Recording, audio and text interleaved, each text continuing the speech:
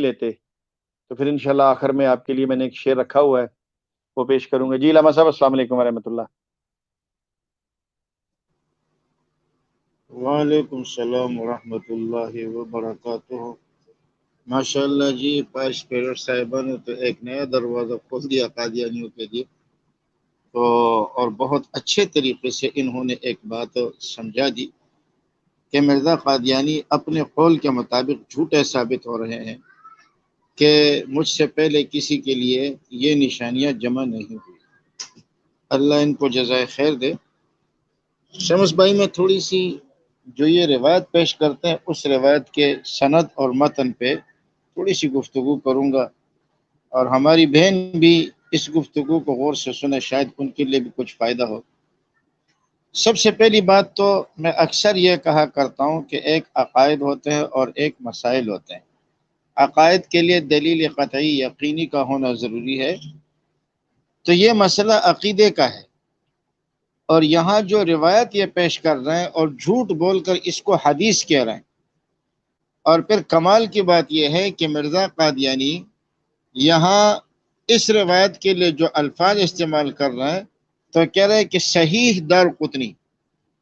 صحیح دارقطنی حالانکہ وہ سنن ہے، صحیح نہیں ہے، لیکن اپنا دجل چھپانے کے لیے یہ اس کو صحیح کہہ دیتے ہیں تاکہ یہ روایت بالکل صحیح ثابت ہو جائے.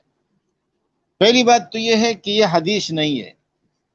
اس روایت کی جو سند ہے دارقطنی میں وہ یوں ہے: عن عمرو بن شمر عن جابر عن محمد بن علی.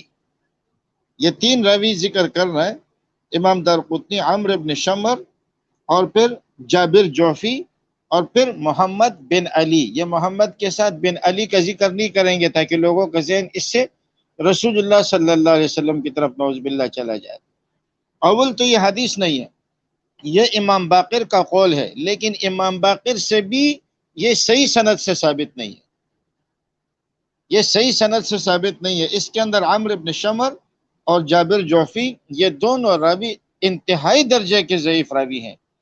تو جہاں تین راویوں میں سے یہ دو راوی اور یہ محمد ابن علی یہ تو امام باقر ہے، تو یہ دونوں راوی انتہائی درجے کے ضعیف راوی ہوں تو اس سے آپ اتنے بڑے عقیدے کی بنیاد کیسے رکھ سکتے ہیں؟ ایک بات تو یہ ہے.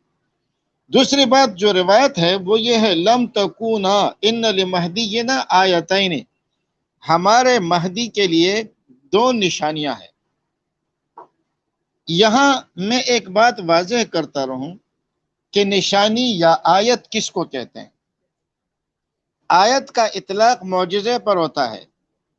معجزے کو بھی آیت کہا جاتا ہے، نشانی کہا جاتا ہے. نشانی سے مراد کیا ہوتا ہے؟ نشانی سے مراد ایسی چیز ہوتی ہے جو عام معمول کے خلاف ہو. مثال کے طور پر نبی علیہ السلام کا معجزہ ہے چاند دو ٹکڑے ہو گیا، یہ عام معمول کے خلاف ہے. یا اسی طرح آپ دیکھیں حضرت صالح علیہ السلام کے لیے اونٹنی نکل آئی، یہ عام معمول کے خلاف ہے. تو جو معمول کے مطابق ہوتا ہے اس کو نشانی کہنا ہی جائز نہیں ہے. ایک بات تو یہ ہے. اب مہینے کی 13ویں 14ویں اور 15 تاریخ، ان تین تاریخوں میں ہی چاند گرہن ہوتا ہے، اور 27 28 29 تاریخ کو ہی سورج گرہن ہوتا ہے. تو اب ہم نے دیکھنا یہ ہے کہ 13ویں 14ویں 15ویں تاریخ کو سورج گرہن کا ہونا، آیا اس کو آیت کہنا درست ہے یا اس کو نشانی کہنا درست ہے؟ نہ اس کو آیت کہنا درست ہے اور نہ اس کو نشانی کہنا درست ہے. تو چہ جائے کہ وہ اس کو اپنے لیے اس کو آیت اور نشانی بنائے. تو پہلی بات تو یہ کہ یہ نشانی اسی کو کہا جاتا ہے. اب آگے پھر کیا فرما رہا ہے؟ لم تکونا منذ خلق السماوات والارض. اس وقت جو چاند گرہن یا سورج گرہن لگے گا وہ جب سے آسمان اور زمین پیدا ہوئی ہے اس وقت سے لے کر آج تک کبھی بھی نہیں لگا. مرزا قادیانی نے یہاں یہ دجل کیا کہ وہ کہتے ہیں کہ اس سے پہلے کسی مہدی کے لیے نہیں لگا. یہ جھوٹ ہے. روایت میں مہدی کا ذکر نہیں ہے. روایت میں اس بات کا ذکر ہے کہ اس سے پہلے یہ چاند گرہن کسی کے لیے یہ چاند گرہن کبھی لگا ہی نہیں ہے. اس طرح کا سورج گرہن کبھی لگا ہی نہیں ہے، لیکن مرزا قادیانی نے اس کے اوپر ایک اضافہ کر دیا اور کہا کہ اس سے پہلے کسی اور مہدی کے لیے نہیں لگا، حالانکہ مہدی کا ذکر یہاں پر نہیں ہے۔ چاند گرہن اور سورج گرہن تو انہی تاریخوں میں لگتا ہے۔ اور پھر آگے دیکھیں، آگے فرما رہا ہے تنکشف القمر فی اول لیلۃ من رمضان، کہ اس روایت کو اگر صحیح بھی مان لیا جائے تو بھی مرزا قادیانی کے لیے مفید نہیں ہے۔ وہ کہتے ہیں کہ چاند کو گرہن لگے گا رمضان کی پہلی رات میں۔ مرزا قادیانی نے اس سے کس معنی میں لیا کہ جن راتوں میں جن تاریخوں میں گرہن لگتا ہے ان تاریخوں کی پہلی رات میں، یعنی 13، 14، 15۔ حالانکہ 13، 14، 15 یہ آیت نہیں ہے، یہ نشانی نہیں ہے۔ اگر پہلی رمضان کو چاند گرہن لگے تو یہ تاریخ میں کبھی نہیں ہوا اور نہ یہ کبھی ہو سکتا ہے، تو تب یہ نشانی بنے گا۔ اور اسی طرح الفاظ آئے فی اول لیلۃ من رمضان، رمضان کی پہلی رات میں، انہوں نے اس پہلی رات کو گرہن لگنے والی تاریخوں کی پہلی رات قرار دیا، حالانکہ یہ جھوٹ ہے۔ یہاں اول لیلہ کا لفظ آیا ہے، اور اگر پہلی رات کو گرہن لگے گا تو پھر یہ نشانی ہوگی، 13ویں نشانی تھوڑی ہے، یہ تو لگتا رہتا ہے۔ اور سورج کو گرہن لگے گا فی النصف منہ، یعنی اس مہینے کے نصف میں، اس مہینے کے نصف میں سورج کو گرہن لگے گا۔ تو مہینے کے نصف سے مراد کیا ہے؟ مہینے کا نصف سب کو معلوم ہے کہ مہینے کا نصف 15 تاریخ ہوتی ہے۔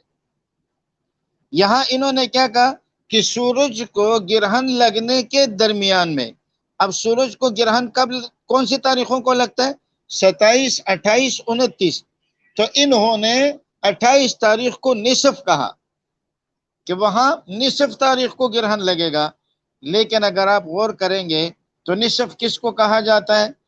جو دو اعداد برابر سرابر تقسیم ہو جائے، جس کو جفت کہا جاتا ہے۔ جفت جیسے 2 ہے، 4 ہے، 8 ہے، 6 ہے، 10 ہے، تو اب 10 کا آدھا 5، تو ہم 5 کو 10 کا نصف کہیں گے، ہم 4 کو 8 کا نصف کہیں گے، ہم 3 کو 6 کا نصف کہیں گے، ہم 1 کو 2 کا نصف کہیں گے۔ نصف اس عدد کے لیے آتا ہے جو برابر سرابر تقسیم ہو جائیں۔ اب اور جو برابر سرابر تقسیم نہ ہو جائے اس کو نصف نہیں کہا جاتا، اس کو وسط کہا جاتا ہے، یعنی درمیان میں۔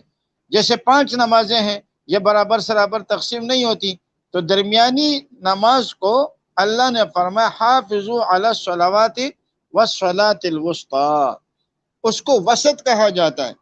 تو اب یہاں آپ دیکھیں کہ 3 تاریخیں ہیں، 27، 28، 29۔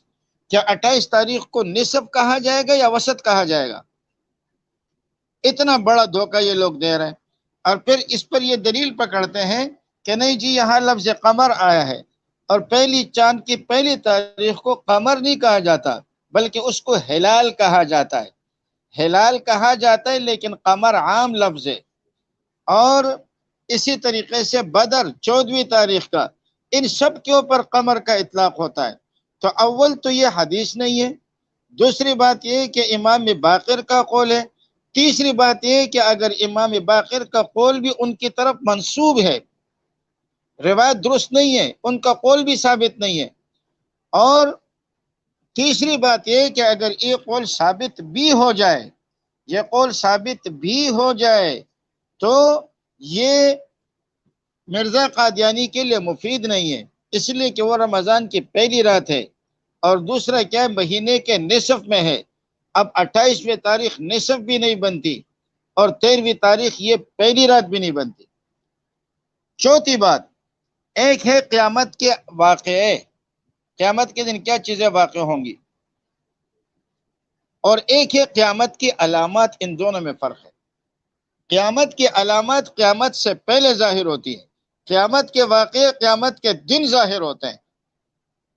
چاند اور سورج کے لیے قرآن کریم میں اللہ رب العزت نے فرمایا فَإِذَا بَرِقَ الْبَصَرُ وَخَسَفَ الْقَمَرُ وَجُمِعَ الشَّمْسُ وَالْقَمَرُ، جب آنکھیں پتھرا جائیں گی اور چاند بے نور ہو جائے گا، خسف کا مطلب یہ ہے کہ اس کا نور ختم کر دیا جائے گا، بالکل اندھیرا کر دیا جائے گا، یہ دوبارہ نہیں آئے گا، بس چاند ختم ہو جائے گا۔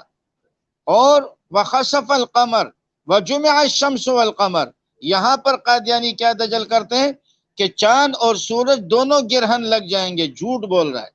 یہاں مطلب یہ ہے کہ چاند کو بے نور کر دیا جائے گا اور سورج کو بھی اس کے ساتھ جمع کر دیا جائے گا، یعنی سورج کو بے نور کر دیا جائے گا۔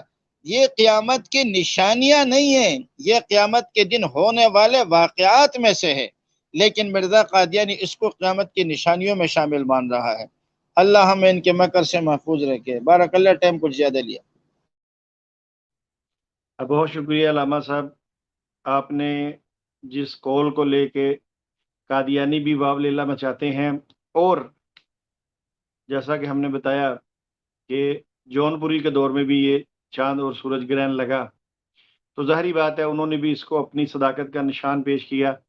مگر جہاں پر یہ قادیانی پھنسے، وہ مرزا قادیانی نے خود واقعی اپنے ہاتھ کاٹ دی، اپنے پاؤں پہ کلہاڑی مار دی، مگر میرا خیال ہے پھر بھی قادیانی اس سے سبق نہیں سیکھیں گے کہ مرزا قادیانی نے یہ جو الفاظ لکھے کہ چاہے وہ کاذب ہو یا صادق ہو، یہ نشان کسی کے لیے ظاہر ہو ہی نہیں سکتا، کیونکہ یہ نشان صرف اور صرف سچے کے لیے ظاہر ہونا ہے۔ علامہ صاحب، چونکہ آپ جانتے ہیں میں نے کافی عرصہ قادیانیت میں گزارا، اللہ نے توفیق دی، اللہ نے مجھ پہ کرم کیا، اور اللہ نے مجھے اسلام کی دولت سے نوازا۔ اس وقت جب قادیانیت میں تھے تو ہم بھی مسلمانوں کو یہی کہا کرتے تھے کہ دیکھو یہ جو پیش گوئی ہے، ظاہری بات ہے جس طرح مرزا قادیانی نے زور لگا کے ایڑی چوٹی کے اس کو حدیث بنانے کی کوشش کی، تو ہم بھی یہی کہتے تھے دیکھو یہ وہ پیش گوئی ہے کہ جس میں کسی انسان کا عمل دخل نہیں ہے، یہ خالصتاً اللہ تعالیٰ کی طرف سے ہے۔ مگر جب اب ہمیں یہ پتہ چلا